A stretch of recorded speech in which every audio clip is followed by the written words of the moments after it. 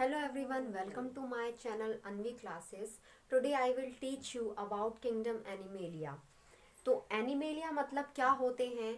Animalia के अंतर्गत ऐसे जीवों को रखा जाता है जिनमें रीढ़ की हड्डियां पाई जाती हैं, जिनमें मतलब सभी प्रकार के बॉडी मतलब पाए जाने वाले जो सिस्टम होते हैं, जैसे कि एक्सक्रीटरी सिस्टम हो गया, रिस्पायरेटरी सिस्टम हो गया, इतने सब प्रकार के सिस्टम होते हैं, वो सब सिस्टम पर पाए जाते हैं। ठीक है, साथ में ये जो चल सकते हैं, मतलब मोटाइल एनिमल्स होते हैं। ठीक है, तो एनिमेलिया में एक छोटी चींटी से लेकर के बड़े हाथी तक, जिराफ तक के सभी जानवरों को, सभी एनिमल लिविंग ऑर्गेनिज्म को किंगडम एनिमेलिया के अंतर्गत रखा गया है। तो जल्दी से अब मैं बता दे रही हूँ कि एनिमेलिया को 2 पार्ट्स में डिवाइड किया गया है। पहला है कॉर्डेट्स, दूसरा है नॉन कॉर्डेट्स। कॉर्डेट्स क्या होते हैं? कॉर्डेट्स को पृष्ठवंशी भी कहा जाता है और कशेरुकी भी कहा जाता है। नॉन कॉर्डेट्स को अपृष्ठवंशी और अकशेरुकी कहा जाता है। पृष्ठवंशी या कशेरुकी या फिर कॉर्डेट्स क्या होते हैं? जिन जीवों में रीढ़ की हड्डियां पाई जाती हैं, बाह्य कंकाल, अंतर कंकाल और नर्व कॉर्ड, नोटोकॉर्ड, ये सब चीज़ें पाई जाती हैं। मतलब उनमें एक मस्तिष्क का विकास होता है। ठीक है, तो उसे हम कॉर्डेट्स के अंतर्गत रखते हैं। देन इसके बाद नॉन कॉर्डेट्स में क्या होता है? इसमें उन जीवों को रखा जाता है जिनमें रीढ़ की हड्डियां नहीं पाई जाती है, नर्व कॉर्ड, नोटोकॉर्ड नहीं पाई जाती है और एक्सो एंड एंडो स्केलेटन सिस्टम इनमें नहीं पाया जाता है। ठीक है, तो यहाँ पर हो गए कॉर्डेट्स एंड सेकेंड यहाँ पर नॉन कॉर्डेट्स हो गए। दोनों में मैंने डिफरेंस बता दिया है।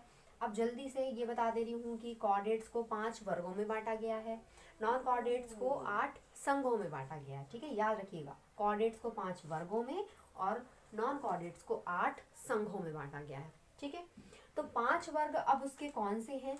सबसे पहले कॉर्डेट में सबसे पहले वर्ग आते हैं मत्स्य। ठीक है, सेकंड आता है इसमें एम्फीबिया। एम्फीबिया। थर्ड आता है रेप्टिलिया।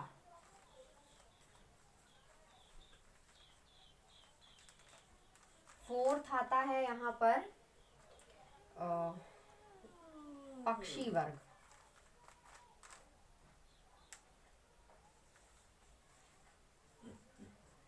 वर्ग यहाँ पे भी वर्ग, पक्षी वर्ग जिस या फिर हम जिसे एवीज कहते हैं, एवीज वर्ग कहते हैं जिसे।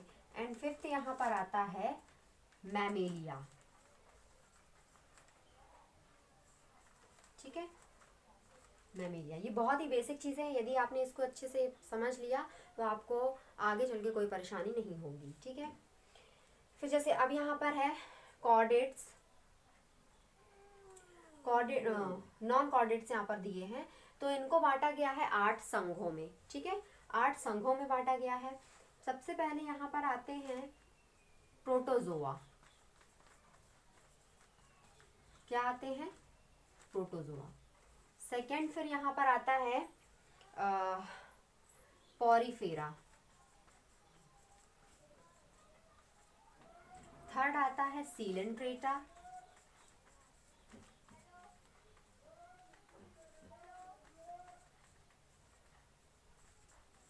फोर्थ फिर यहाँ पर आता है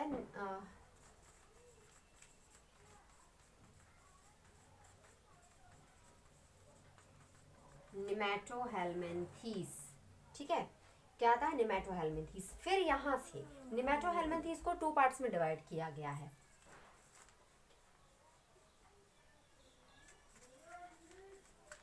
प्लेटीहेलमिन्थीस,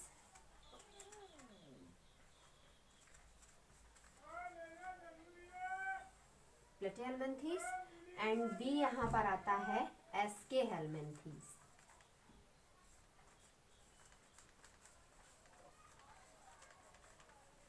ठीक है, ये आपके बेसिक है यहाँ पर। तो 1 2 3 4 यहाँ हो गए। फिफ्थ है फिर यहाँ एनेलिडा। एनेलिडा। सिक्स है यहाँ पर आपका एनेलिडा और क्या है एक, हाँ, ऑर्थोपोडा। ठीक है, ऑर्थोपोडा, सेवंथ है मोलस्का, एंड एट्थ है इकाइनोडर्मेटा।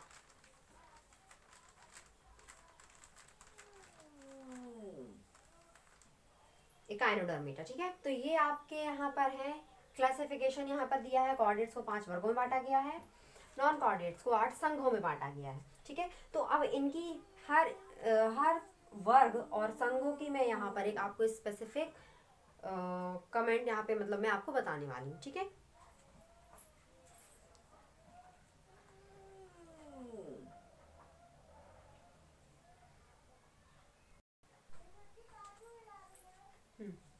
अब ये यहाँ पर क्लियर हो गए, ठीक है, कि कॉर्डेट्स को 5 वर्गों में बांटा जाता है एंड नॉन कॉर्डेट्स को 8 संघ में बांटा जाता है, ठीक है। अब मैं इनके आपको एक एक चीज़ के स्पेसिफिक कैरेक्टर बताने वाली हूँ।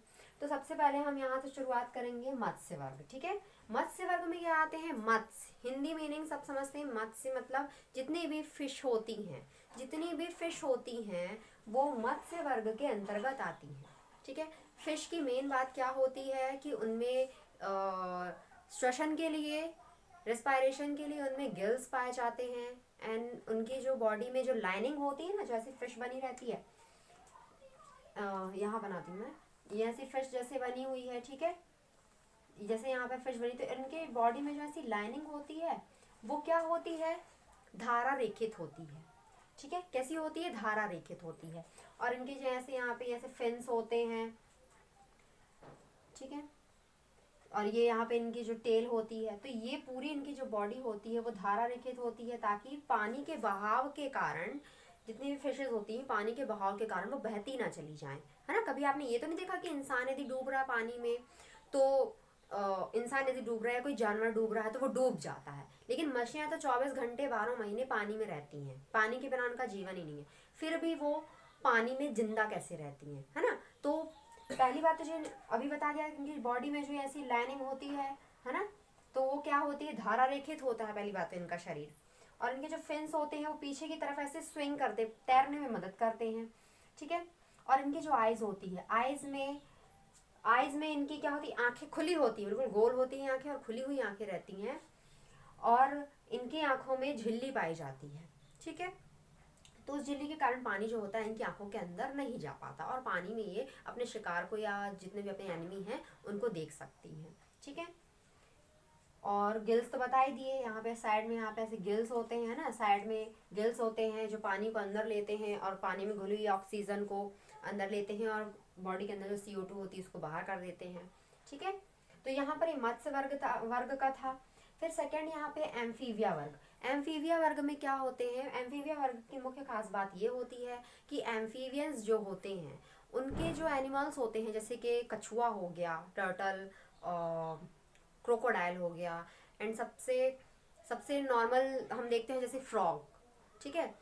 तो मेंढक, कछुआ और मगरमच्छ, ये 3 चीज जो जानवर जो है वो एम्फीबिया वर्ग के अंतर्गत आते हैं। और भी जानवर हैं जो मैंने एग्जांपल अभी दिया है सिर्फ, तो ये मत्स्य एम्फीबिया वर्ग के अंतर्गत आते हैं।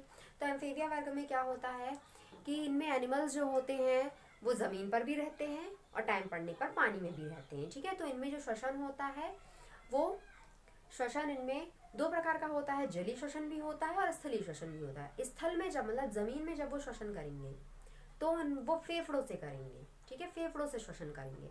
और जब वो पानी में जाते हैं तो उनकी स्किन इस चीज़ में काम में आती है, ठीक है। फिर जैसे यहाँ पर रेप्टीलिया दिया हुआ है, रेप्टीलिया वर्ग में क्या आते हैं? रेप्टीलिया वर्ग में वो जीव होते हैं जिनकी जो बॉडी होती है बहुत ही खुश्क होती है, बहुत ही रफ होती है, और इनमें मतलब एक प्रकार से एक्सोस्केलेटन पाया जाता है, बाह्य कंकाल इनमें पाया जाता है, ठीक है। और इनकी जो स्किन होती है वो कांटेदार होती है, जिसके कारण ये मतलब खुद को शत्रु से बचा कर रखते हैं। और इनकी खास बात ये होती है कि जो रेप्टीलिया होते हैं, जैसे कि कैमेलियन, गिरगिट वगैरह होते हैं, है ना, और जो छिपकली होती है ये रेप्टीलिया के अंतर्गत आते हैं, ठीक है। तो इनकी जो स्किन होती है वो कुछ कुछ एनिमल्स में, कुछ रेप्टिलियन जो होते हैं उनकी स्किन थोड़ी सी सॉफ्ट होती, जैसे कि छिपकली हो गई, लेजर्ड हो गई, ठीक है, और जैसे कि गिरगिट हो गया, जिसे कैरोटिस हम बोलते हैं, और कैमेलियन हो गया। इनमें खास बात ये होती है कि ये अपने कलर को चेंज करते हैं। जैसे छिपकली अपनी पूंछ को काट देती है, मतलब शत्रुओं से बचाव, एनिमीज से खुद की रक्षा बहुत अच्छे से कर लेते हैं, ठीक है। इस छिपकली पूंछ काट देती है ज़्यादा, मतलब कुछ सामने यदि उसका बड़ा दुश्मन यदि रहता है तो उसको डराने के लिए अपनी पूंछ काट देती है, ठीक है। और जैसे कि कैमेलियन जो ऐसे जीभ निकालता है, बाहर की तरफ जीभ निकालता है, मतलब प्रीहेक्साइल जिसमें जीभ पाई जाती है ना, तो कैमेलियन हो गया। और उसकी जो पूंछ होती है इस तरीके की रहती है, ऐसी उसकी जीभ भी वैसी रहेगी, मतलब उसकी टंग भी वैसी रहती है, और उसकी पूंछ भी, टेल भी इसी तरीके की रहती है, ठीक है। तो क्या, हाँ, तो उनकी रेप्टिलियंस की मुख्य बात ये होती है कि वो शत्रु से बचाव बहुत अच्छे से कर लेते हैं। ये सूखे स्थानों पर रहते हैं, सूखी जगहों पर रहते हैं, ठीक है। कुछ रेप्टिलियंस पानी में भी रहते हैं। और क्या खास बात है इनमें, हाँ, और सबसे मेन बात इनकी ये है कि ये अपने कलर को जिस स्पेस पर वो हैं, जिस जगह पर वो हैं, उस जगह के हिसाब से खुद के कलर को चेंज कर लेते हैं, ठीक है। फिर यहाँ पे आता है पक्षी वर्ग। पक्षी वर्ग में क्या होता है, जितने भी पक्षी होते हैं, पक्षियों की खास बात ये होती है कि इनकी हड्डियां जो होती हैं वो खोखली होती हैं। क्या होती हैं? हॉलो होती हैं। इनकी जो हड्डियां होती हैं इनमें जो रहता है, ये बिल्कुल खोखली होती हैं, जिसके कारण ये उड़ पाते हैं। और इनकी जो मसल्स होती हैं उनमें फ्लाइंग मसल्स पाई जाती हैं, ठीक है। जैसे कि कुछ कुछ कैट्स भी होती हैं, कैट मैमेलिया में आती है, लेकिन उसकी भी जो मसल्स होती हैं वो कितने आसानी से जंप लगा लेती है ना। तो उसमें भी उड़न मांसपेशियां पाई जाती हैं, मतलब फ्लाइंग मसल्स पाई जाती हैं। और इसी टाइप से जितने भी पक्षी होते हैं उनकी जो बोन्स होती हैं वो हॉलो होती हैं, खोखली होती हैं, और इनमें पंख पाए जाते हैं, फेदर्स होते हैं, ठीक है। और क्या है, हाँ, और उड़ने के लिए इनमें तो पंख पाए जाते हैं, है ना।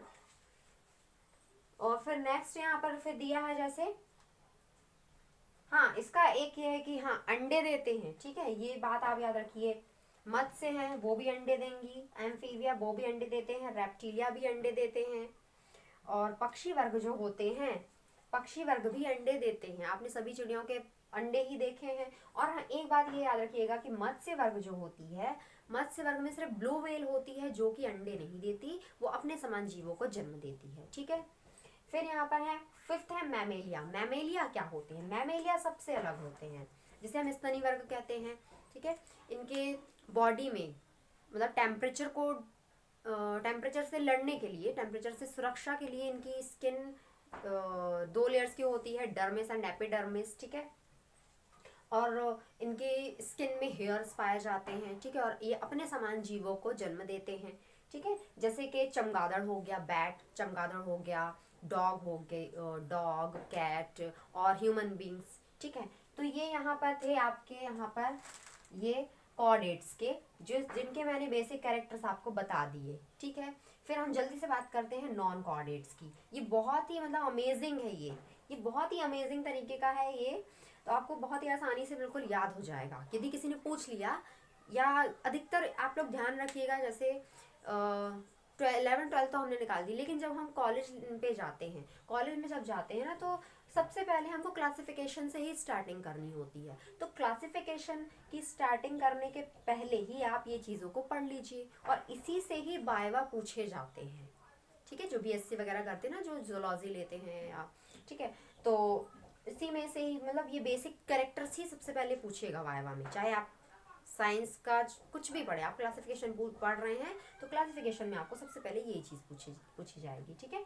तो जल्दी से अब नॉन कॉर्डेट्स के बारे में हम जानते हैं। नॉन कॉर्डेट्स क्या होते हैं?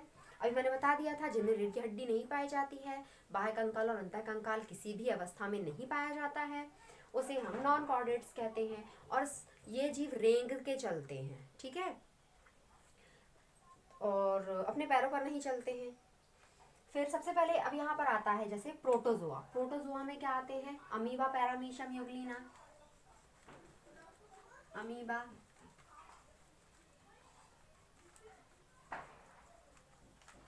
पैरामीशियम यूग्लिना, ठीक है। वो अमीबा आपने ऐसा ये इर्रेगुलर शेप देखा होगा अमीबा का, ठीक है। पैरामीशियम ये इस तरीके का रहता है, ये पैरामीशियम में बड़ा सा यहाँ पर न्यूक्लियस पाया जाता है, ये है ना, ये सनलाइक न्यूक्लियस पाया जाता है। और यूग्लिना भी इस तरीके का रहता है, ये इसमें से पूंछ पाई जाती है, ठीक है। ये अमीबा, पैरामीशियम एंड यूग्लिना, ये जितने भी प्रोटोजोआ में आप याद रखिए, प्रोटोजोआ यदि पूछता है कोई कि प्रोटोजोआ के बेसिक कैरेक्टर बताइए, तो सबसे पहले प्रोटोजोआ पूरी धरती में आने वाले पहले जीव हैं जो धरती पर उत्पन्न हुए थे, और उनमें से अमीबा एक अमर जीव है, ठीक है। तो अमीबा, पैरामीशियम और यूग्लिना जितने भी सूक्ष्म जीव होते हैं ना, माइक्रोस्कोपियन जो एनिमल्स होते हैं, वो प्रोटोजोआ के अंतर्गत आते हैं। उसे हम साफ मतलब अपनी आंखों से नहीं देख सकते, उसे हम ओनली माइक्रोस्कोप के थ्रू ही देख सकते हैं, ठीक है। उसका मैंने एग्जांपल बता दिया, अमीबा, पैरामीशियम, यूग्लिना, ठीक है। एक सेकेंड, फिर सेकेंड है फिर यहाँ पे पोरीफेरा। फिर हम बात करते हैं पोरीफेरा की। पोरीफेरा, पहला वर्ड आपको दिख रहा है पोरीफेरा। पोरी मतलब होता है यहाँ पे पोर्स। तो ऐसे एनिमल्स जिनकी बॉडी पोरस होती है, ठीक है, ऐसे एनिमल्स जिनकी बॉडी छिद्रयुक्त होती है, पोरस होती है, उसे हम पोरीफेरा के अंतर्गत रखते हैं। जैसे कि यहाँ पर आ जाता है स्पॉन्ज, जिसे हम साइकोन भी बोलते हैं, ठीक है। स्पंज हो गया, हाइला हो गया, ठीक है। और भी ऐसे हैं एनिमल्स, ठीक है। तो बेसिक आप याद रखिए, पोरीफेरा, पोरीफेरा मतलब पोर्स, वर्ड समझिए, पोरीफेरा, पोर्स, जिनकी बॉडी पोरस होती है, जिनकी बॉडी में ऐसे एनिमल्स जो पानी में रहते हैं और उनकी बॉडी पोरस होती है। जैसे स्पंज, आपने सोफे गद्दे में लगने वाला स्पंज देखा है, कैसी रहती है, स्पंज में हमने पानी डाल दिया तो पूरा स्पंज पानी को सोख लेता है, ठीक है, ये बात आपने देखी है। तो ऐसे ही एनिमल्स होते हैं स्पंज और हाइला, ठीक है। अब इसका मतलब ये नहीं कि पानी में रहते हैं तो पानी पूरे पानी को ही सोख लें, ठीक है। तो स्पंज साइकन भी हम बोलते हैं। और जो इसका डायग्राम मैं आपको ना साइड में डायग्राम भी बनाती चल रही हूँ, ठीक है, तो आप लोगों को अच्छे समझ में आएगा। अमीबा, पैरामीशियम का तो मैंने बना दिया ना यहाँ पे, ठीक है। तो स्पंज कुछ इस तरीके का रहता है, जिसे हम साइकॉन भी बोलते हैं, ठीक है। अंदर से इनकी जो बॉडी होती है वो, ये देखिए, इस पे स्पिक्यूल्स पाए जाते हैं, ये साइड में से देख रहे हैं, स्पिक्यूल्स पाए जाते हैं। और इन पर ये माउथ होता है, जिसे हम ऑस्कुलम बोलते हैं, ठीक है, ऑस्कुलम बोलते हैं। ये जितनी भी चीजें होती हैं, खाने पीने की चीजें, अपने भोजन को ये इसी के थ्रू अंदर करता है ना, ऐसे हम क्या बोलते हैं, ऑस्कुलम बोलते हैं। और इसकी बॉडी में जैसे स्पिक्यूल्स भी होते हैं, साथ में उसके साथ ही यहाँ पे स्पाइंस भी होते हैं, ऐसे स्पाइंस भी होते हैं, ठीक है।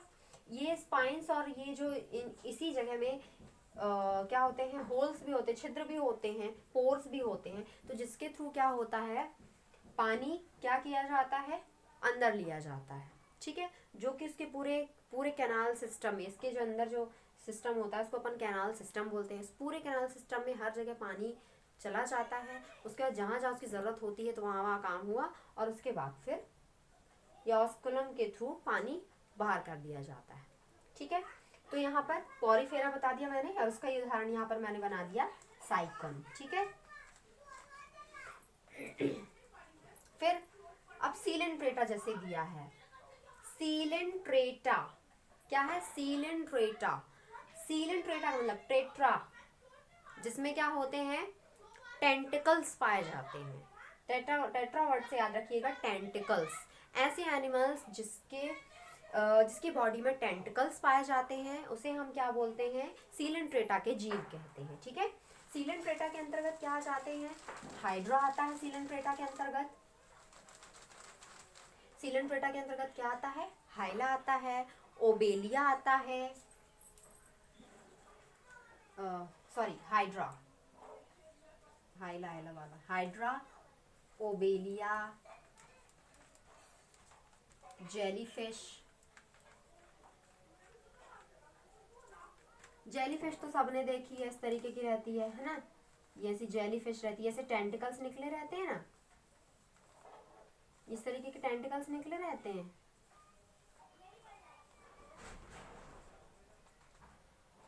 ये क्या है, जेलीफिश, ठीक है। इस तरीके के टेंटिकल्स निकले होते हैं। हाइड्रा भी सब जानते हैं। हाइड्रा का मतलब एक स्पेसिफिक कैरेक्टर ये है कि हाइड्रा का यदि कोई भी पार्ट डैमेज होता है तो वो क्या हो जाता है, उसमें है ना, दोबारा मतलब वो अपनी बॉडी को बना लेता है, ठीक है। तो इस तरीके से ओबेलिया हो गया। ओबेलिया मतलब दूसरा डायग्राम है, ये मैंने यहाँ पे जेलीफिश बनाई है। तो सिलेंट्रेटा का बेसिक कैरेक्टर आप याद रखिए, ये भी जलीय जीव होते हैं। प्रोटोजोआ भी, पॉरीफेरा भी, सिलेंट्रेटा भी, ये सभी जलीय जीव होते हैं। तो क्या होते हैं ये क्या करते हैं, इनके मतलब सिलेंट्रेटा का जो है यहाँ पे बेसिक कैरेक्टर ये है कि इनमें टेट्रा, याद रखिएगा मैंने बताया ना, टेट्रा मतलब हाँ, जहाँ पे जिन जीवों के टेंटिकल्स पाए जाते हैं वो सिलेंट्रेटा के अंतर्गत आते हैं, ठीक है। फिर हम बात करेंगे निमेटोहेल्मिन्थीस। निमेटोहेल्मिन्थीस का मतलब ये है कि ऐसे बिल्कुल छोटे चपटे बारीक जीव जिनमें बोलना चाहिए, जिनकी बॉडी बिल्कुल बिल्कुल सॉलिड वैक्स से, सॉलिड क्यूटिकल से कोट रहती है, ठीक है। मतलब इतनी मजबूत परत पाई जाती है उनकी बॉडी में कि उन पे किसी भी प्रकार के केमिकल का कोई असर नहीं होता है, ठीक है। तो निमेटोहेल्मिन्थीस के अंतर्गत आते हैं वो। निमेटोहेल्मिन्थीस, तो निमेटोहेल्मिन्थीस में क्या क्या आते हैं, गोलक्रमी, जिसे कहा जाता है गोलक्रमी, जो अधिकतर मतलब ये अधिकतर क्या होते हैं, एंडोपैरासाइट होते हैं, ठीक है। जीवों के अंदर रहते हैं, ये अंतःपरजीवी होते हैं। निमेटोहेल्मिन्थीस को दो भागों में बांटा गया है, प्लेटीहेल्मिन्थीस और एस्केहेल्मिन्थीस। प्लेटीहेल्मिन्थीस में क्या होते हैं, यहाँ पे लिवर फ्लूक आ जाएगा और यहाँ पर एस्केरिस आ जाएगा, ठीक है। प्लेटीहेल्मिन्थीस में लिवर फ्लूक आता है, उसके अंतर्गत ये जीव का उदाहरण है, और एस्केहेल्मिन्थीस में एस्केरिस आता है। अब ये जानिए प्लेटीहेल्मिन्थीस, प्लेट वर्ड पहचानिए, प्लेट। तो ऐसे जीव जिनकी बॉडी प्लेट जैसी चपटी होती, जैसे प्लेट चपटी होती है ना, थाली जिसको बोलते हैं, प्लेट चपटी होती है, तो वैसे ही प्लेट लाइक स्ट्रक्चर वाले जीव जो होते हैं वो प्लेटीहेल्मिन्थीस के अंतर्गत आते हैं। वो लिवर फ्लूक का डायग्राम अच्छे से बना देती हूँ, ठीक है। ये लिवर फ्लूक का ऐसा डायग्राम आप लोगों ने यदि देखा हो, ठीक है, इस तरीके का रहता है, ये ऐसे ऐसे यहाँ पे ऐसे डायग्राम इसका रहता है, और ये सक्कर्स होते हैं, सक्कर्स पाए जाते हैं, ये एसीटाबुलम होता है, ठीक है। और यहाँ पे जेनेडल पोर होता है इनका, ठीक है। ये सक्कर्स होते हैं। सक्कर्स का मतलब क्या, चूषक, मतलब क्या करेंगे, किसी जीव के अंदर यदि ये रह गए तो उसको, उसकी बॉडी से जितना भी खाने पीने की चीज़ें होती हैं ना, उसको एब्जॉर्ब करने लग जाएंगे। मतलब जिसकी मतलब होस्ट की बॉडी में यदि रह रहे हैं तो उसकी बॉडी से जितना भी खाने का जो मटेरियल रहेगा वो ये लेने लग जाते हैं, ठीक है। और जैसे मैं लिवर फ्लूक बोल रही हूँ मैं, लिवर फ्लूक कहाँ पर, लिवर में पाया, जैसे सुअर हो गई, भेड़ हो गए, है ना, सुअर और भेड़ों की आंतों के अंदर ना, उसकी दीवार में इस तरीके से लिवर फ्लूक जो होते हैं ना, चिपके हुए रहते हैं। और सुअर और जो बोलना चाहिए भेड़ जो होते हैं, जो भी चीज़ें खाते हैं तो उनका थोड़ा बहुत मटेरियल वो क्या करते हैं, खुद भी एब्जॉर्ब करते हैं, खुद भी सक करते रहते हैं, ठीक है। और किसी कारण से मनुष्यों के अंदर भी आ जाता है, जिससे कि लिवर से रिलेटेड परेशानी होने लगती है, ठीक है। तो यहाँ पे मैंने बता दिया प्लेटीहेल्मिन्थीस, तो प्लेट लाइक स्ट्रक्चर वाले जीव होते हैं, वो प्लेटीहेल्मिन्थीस के अंतर्गत आते हैं। फिर एस्केहेल्मिन्थीस, एस्केहेल्मिन्थीस क्या होते हैं, एस्केरिस, आपने पटार नाम सुना है, जो छोटे बच्चे जो होते हैं, छोटे बच्चों को अधिकतर यही परेशानी होती है, पटार, पेट में मतलब जो दर्द होने लगता है, छोटे जो बहुत छोटे छोटे बच्चे होते हैं, ये मतलब एस्केरिस जो होता है, एस्केरिस इसको हम पटार बोलते हैं। ठीक है, इसका स्ट्रक्चर मतलब ये रहता है, ये अर्थवॉर्म के जैसा रहता है, लेकिन उसकी बॉडी में ना अर्थवॉर्म में रिंग्स पाई जाती है ना, एनिमुलस रिंग पाई जाती है, लेकिन इसमें क्या पाया जाता है, एस्केरिस लंबी रहती है। ठीक है, फीमेल एस्केरिस लंबी रहती है, बहुत मतलब शेप में बड़ी रहती है, और जो मेल एस्केरिस रहता है वो छोटा रहता है। ठीक है, तो यहाँ पर जो है उनमें धारियां बिल्कुल सीधी लाइंस पाई जाती हैं, वर्टिकल लाइंस पाई जाती है एस्केरिस में। केचुए में ऐसी पाई जाती है, आपने केचुआ देखा है, ये ऐसा केचुआ, केचुए में इस तरीके की रहती है। ये एनुअलस रिंग आड़ी आड़ी एनुअलस रिंग पाई जाती है हॉरिजॉन्टल, और एस्केरिस में वर्टिकल रिंग पाई जाती है, सॉरी वर्टिकल लाइंस पाई जाती है। ठीक है, तो एस्केरिस अभी बता दें, जिसे हम पटार बोलते हैं। छोटे बच्चों को अधिकतर ये परेशानी होती है। तो ये भी क्या है, ये भी एंडोपैरासाइट होते हैं। ठीक है, और मनुष्यों के मतलब आंतों में भी ये पाए जाते हैं। ये मतलब बेनिफिट देते हैं, उतने ज़्यादा खतरनाक नहीं होते, बेनिफिट देते हैं। मतलब जो हम खाना खाते हैं, जो मनुष्य खाना खाते हैं, तो उसके बदले क्या करते हैं, थोड़ा बहुत उस भोजन, उसके भोजन का हिस्सा थोड़ा बहुत ये अब खुद भी सक करते रहते हैं। मतलब इनके जो लिप्स होते हैं वो होते हैं, मतलब थ्री होती है ना इनके, 3 लिप्स पाए जाते हैं इनके।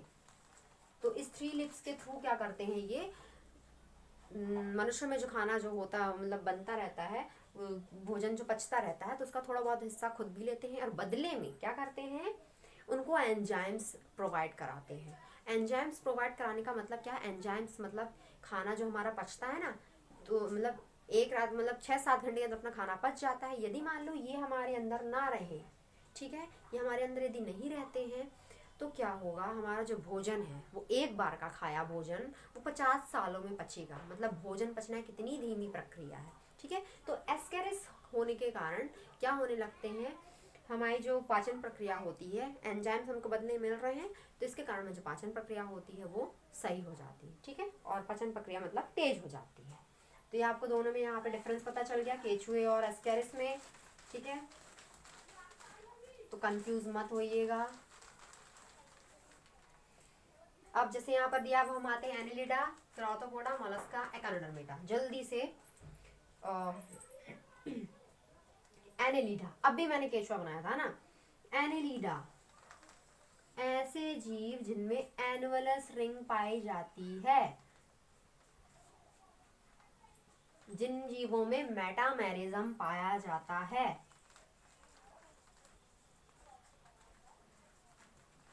मेटामेरिज्म का मतलब है खंडयुक्त शरीर। ठीक है, कि मतलब अब जाहिर सी बात है, जैसे कि लीच होती है, लीच इस तरीके की होती है ना, जिसके मुंह के पास ये इस तरीके के ये बने रहते हैं, इसमें भी ऐसी लीच होती है ये। ठीक है, तो जिन जीवों में क्या पाया जाता है, मेटामेरिज्म पाया जाता है। और मेटामेरिज्म का मतलब क्या होता है कि खंड के आधार पर जीवों का शरीर बटा रहता है। जैसे केचुए में पहला खंड में कुछ और मतलब अंग पाया जाएगा, माउथ पाया, जैसे ब्रेन पाया जाएगा, सेकंड में माउथ, थर्ड में इनके जैसे हार्ट पाया जाएगा, है ना। ऐसे मतलब हर पार्ट में अलग अलग यहाँ क्या होते हैं, ऑर्गन्स प्रेजेंट रहते हैं। ठीक है, तो अब फिर यहाँ पर मेटामेरिज्म का मतलब यहाँ पे समझा दिया मैंने, लेकिन एनेलिडा की मुख्य बात हम क्या बताएंगे। एनेलिडा, एनेल है ना, एनुअलस वर्ड है शुरुआत का, एनुअलस रिंग।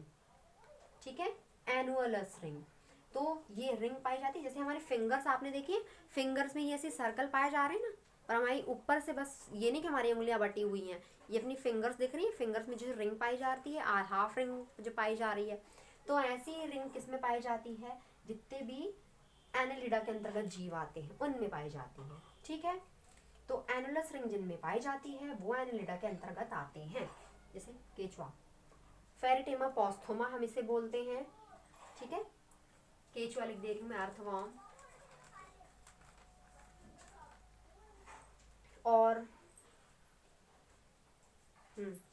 नेरीज भी होता है, जो क्या बोलते, किसके जैसा, सेंटीपीड के जैसा दिखता है, नेरीज भी आता है इसके अंतर्गत। ठीक है, नेरीज। अब जल्दी से 3 और दिए हैं, फटाक से मैं आपको बता देती हूँ। ऑर्थोपोडा, ऑर्थोपोडा, ऑर्थोपोडा में जितने भी वो होते हैं, क्या बोलना चाहिए, कीट वर्ग आते हैं। ऑर्थोपोडा वर्ड समझिए, ऑर्थोपोडा, ऑर्थो मतलब जॉइंट, पोडा मतलब पैर। तो ऐसे एनिमल्स जिनमें जॉइंटेड पैर पाए जाते हैं, ठीक है, ऐसे एनिमल्स जिनमें जॉइंटेड पैर पाए जाते हैं वो ऑर्थोपोडा के अंतर्गत आते हैं। जैसे कि, और हमेशा मतलब 3 की जोड़ी में पैर पाए जाएंगे, जैसे जितने भी कीट होते हैं, जैसे क्रिकेट हो गया, और वैस्प हो गई, और क्या बोलना चाहिए, हनी बी हो गई, जितने भी मतलब होती हैं, जितने भी उड़ने वाले जीव होते हैं, उनमें उड़ने के लिए छोटे छोटे फैदर्स पाए जाते हैं, तो उसको ऑर्थोपोडा के अंतर्गत रखा गया है। ऑर्थोपोडा मतलब जॉइंटेड पैर वाले जीव, ठीक है। फिर मोलस्का, मोलस्का में क्या आते हैं, यूनियो आ जाता है, मोलस्का में यूनियो आता है और पाइला आता है, ठीक है। मोलस्का, इसमें